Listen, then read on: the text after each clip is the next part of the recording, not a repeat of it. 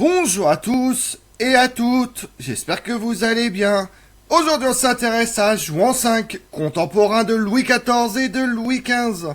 Ce roi de Portugal a reçu l'une des plus grandes expéditions d'or du Brésil. Créa le plus grand palais de Portugal, celui de Mafra.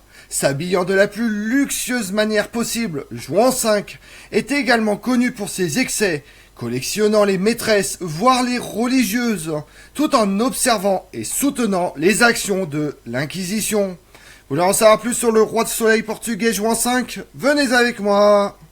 La cour de France a servi d'inspiration pour les autres monarques, également João V, qui a adopté la cérémonie et le luxe français.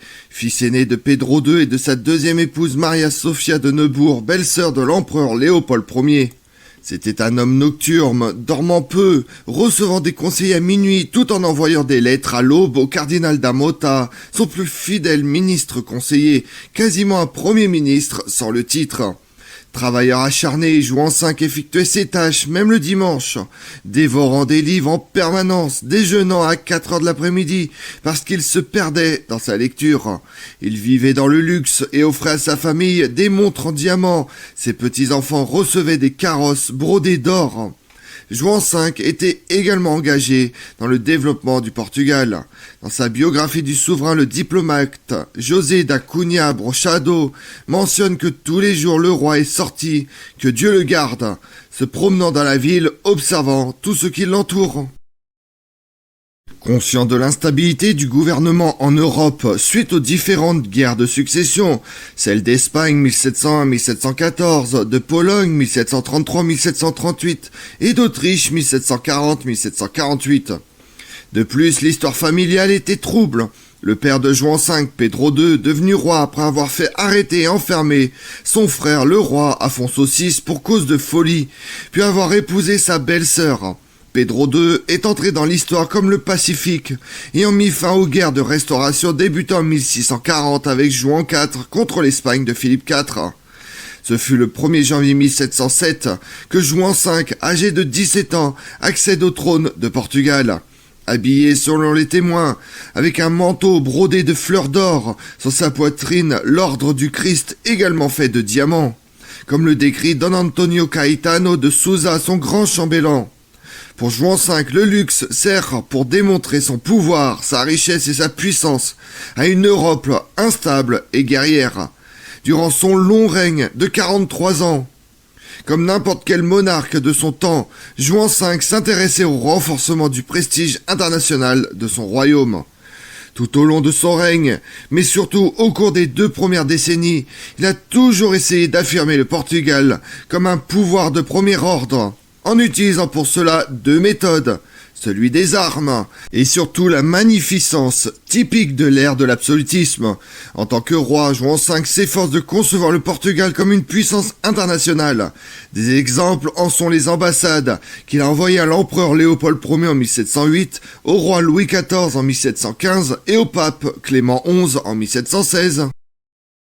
João V avait d'innombrables employés pour occuper diverses fonctions au sein de l'entourage royal. La personne qui avait la charge de l'habiller est le grand chambellan Don Antonio Caetano de Sousa. Avant cela, une autre personne en charge de la garde des clés avait ouvert les coffres contenant les vêtements royaux, soie, manteaux brodés d'or et d'argent, certainement la garde-robe la plus riche de l'univers, comme le décrit dans ses mémoires le médecin suisse merveilleux. Après avoir été habillé, João V voulait s'asseoir.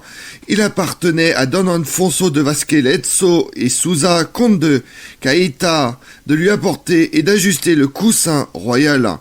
Si le roi décidait d'écrire, c'était le travail du garçon de bureau de prendre des notes et d'écrire les mots du monarque. L'étiquette portugaise était très codifiée et complexe. Par exemple, si João V exprimait le désir de boire, le rôle revenait à 2 échansons. Le grand échanson recevait l'eau du petit échanson, puis versait dans un bol d'argent pour le goûter avant de la donner au roi. Même les repas n'étaient pas simples. Le grand sculpteur coupait les friandises, la nourriture du roi, après qu'un des serviteurs ait tout examiné en détail. Cela pouvait représenter jusqu'à 21 plats différents.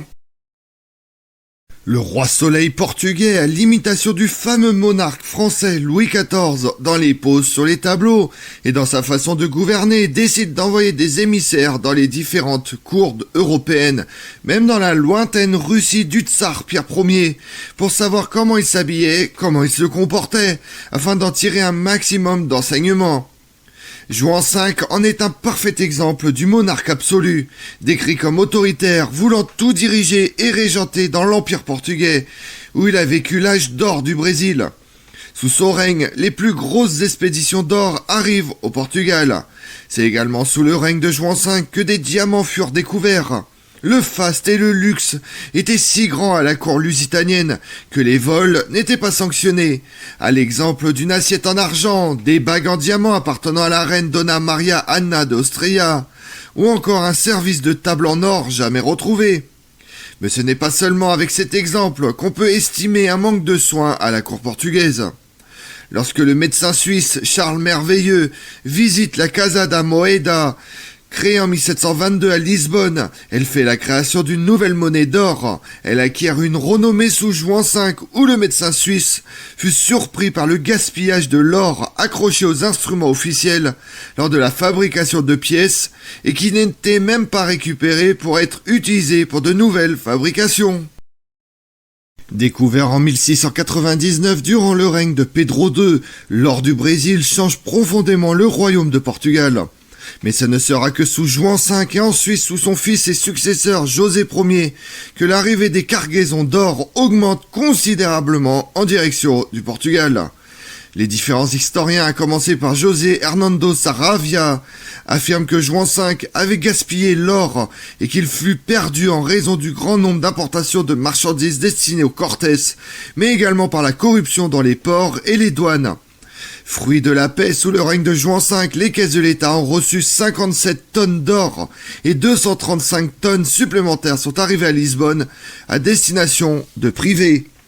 Les envois de fonds sont destinés aux hommes d'affaires et membres de l'Église. Les émigrés envoient de l'or au Portugal, mais n'investissent pas dans une activité industrielle, car sous Juan V, cela n'existe pas au Portugal. Mais une action du roi remet en question le mythe selon lequel Juan V aurait gaspillé les sommes pharaoniques à sa disposition. Le Brésil, territoire inhospitalier où vivaient 300 000 individus dans les maisons en bois. Mais l'or permet de modifier ce paysage avec l'ouverture de routes et de nouvelles villes. L'or afflue au Portugal, mais c'est aussi lui qui a construit le Brésil. Il est exact que les caisses étaient pleines, notamment parce que le roi héritait d'un pays sorti d'une guerre éprouvante. Le Portugal a dépensé beaucoup d'argent dans la guerre de succession d'Espagne, soutenant les Habsbourg d'Autriche contre les Bourbons.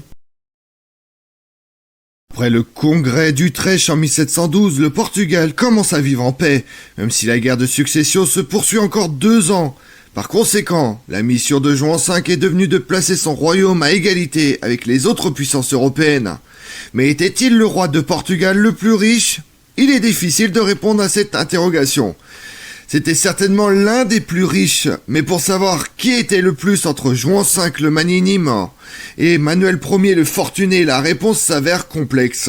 Dans le cas de Manuel Ier, il possède l'or d'Amina en Afrique pour 1 million de pesos. Quant à Juan V, il dispose de 5 millions, tout en fondant le Brésil.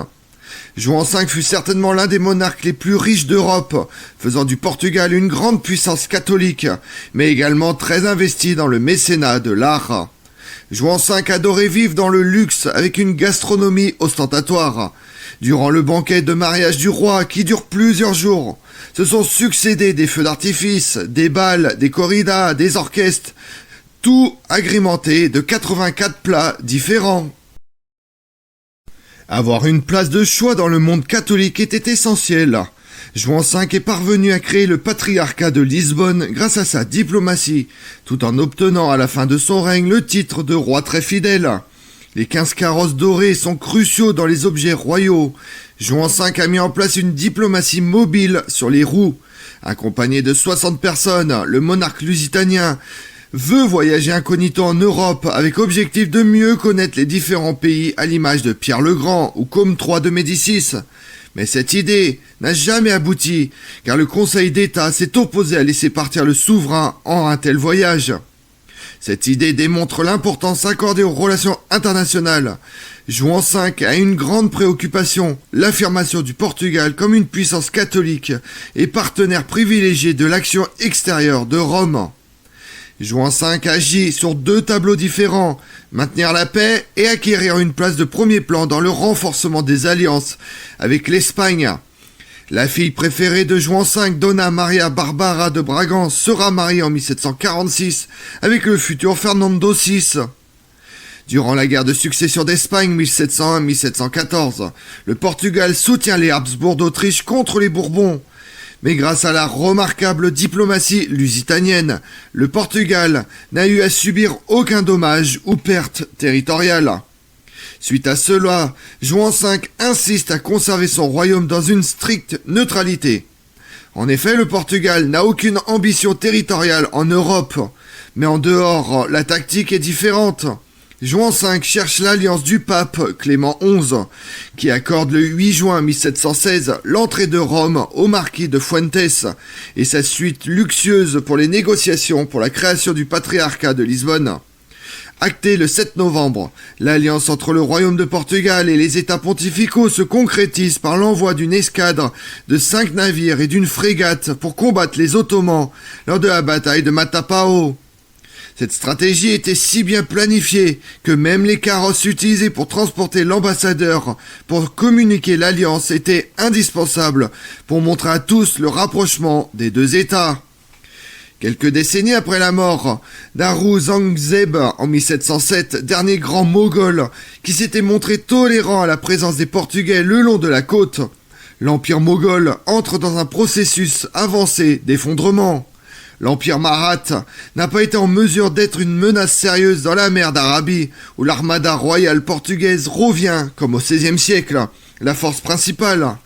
En 1738, 16 de ces petits navires ont réussi à prendre la petite frégate portugaise de San Miguel, 24 pièces, ce qui a été la plus grande proie jamais prise par les marathes aux Portugais. Cependant, l'empire marathe était, comme l'empire moghol, un empire terrestre, ce qui manquait dans la mer, il l'avait sur terre, où les immenses forces terrestres étaient redoutables, menaçant les possessions portugaises de la côte de Bombay, offertes aux Anglais pendant le mariage de Donna Catarina de Bragance avec Charles II d'Angleterre en 1662. Clément XI, un pape orthodoxe, condamne le jansénisme avec la bulle Unginitus en 1713, puis 2 ans plus tard avec la bulle Ex Ille Dei en 1715 en raison de la controverse des rites en Chine. Il condamne également l'utilisation par les missionnaires en Chine des coutumes locales pour faciliter l'évangélisation. Cette condamnation rendait plus difficile le travail des missionnaires, pour la plupart jésuites, dont beaucoup de portugais, et mettait donc le padraodao portugais dans une situation bien pire en Chine. Juan V voulait maintenir des relations cordiales avec le Saint-Siège et accepte les exigences pontificales. L'empereur chinois Kangxi, l'un des plus importants de l'histoire de la Chine, qui avait régné pendant plus d'un demi-siècle et qui avait eu de nombreux contacts avec les missionnaires catholiques, avait été éduqué par des missionnaires dont le jésuite portugais Thomas Pereira, comme principal musicien de la cour pendant des décennies.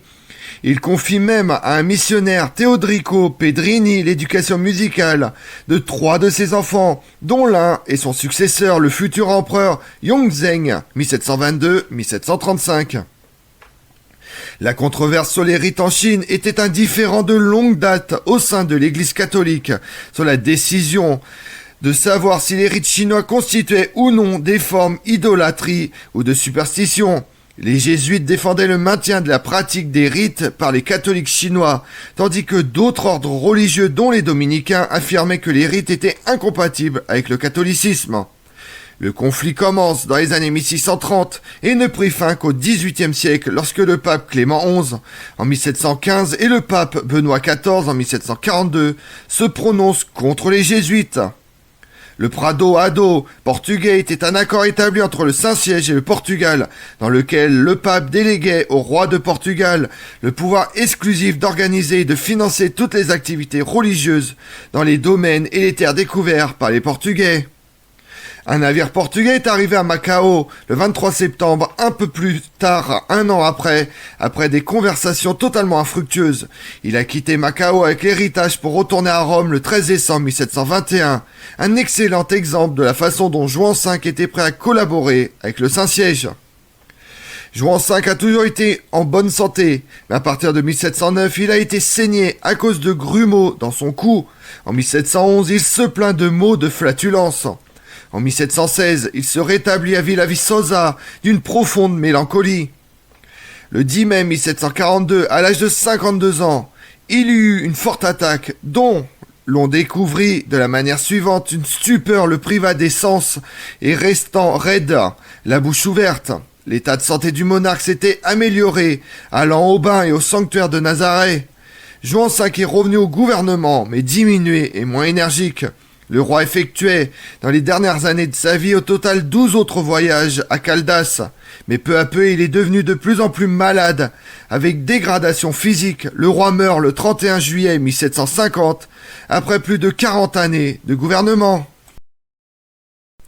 Comme on l'a vu, les historiens défendent la remarquable contribution de Juan V sur le développement du pays avec un engagement envers la science et la culture, tout en établissant une stratégie pour maintenir la paix dans une Europe qui sort d'une longue période de guerre. Je vous remercie d'avoir suivi cette vidéo en ma compagnie. Si vous voulez connaître mes autres vidéos, retrouvez-moi sur ma chaîne YouTube Tout sur l'Histoire avec Damien, mais également sur les réseaux sociaux, Twitter et Instagram, Histoire Damien. Et pensez à liker, commenter et vous abonner. Je vous remercie à tous.